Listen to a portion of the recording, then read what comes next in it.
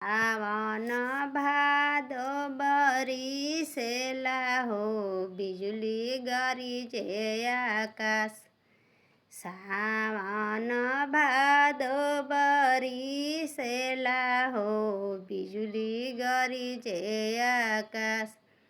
Mummy जे गरजेली पापा से हो बेटी भैली से आन।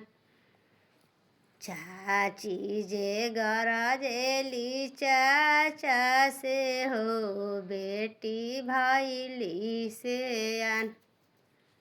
सावन भादो बरिसेला हो बिजुली गरजे आकाश।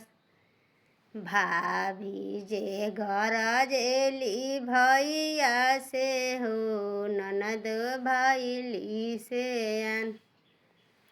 भाभी जे गरजेली भैया से हो बहिनी भैली से आन।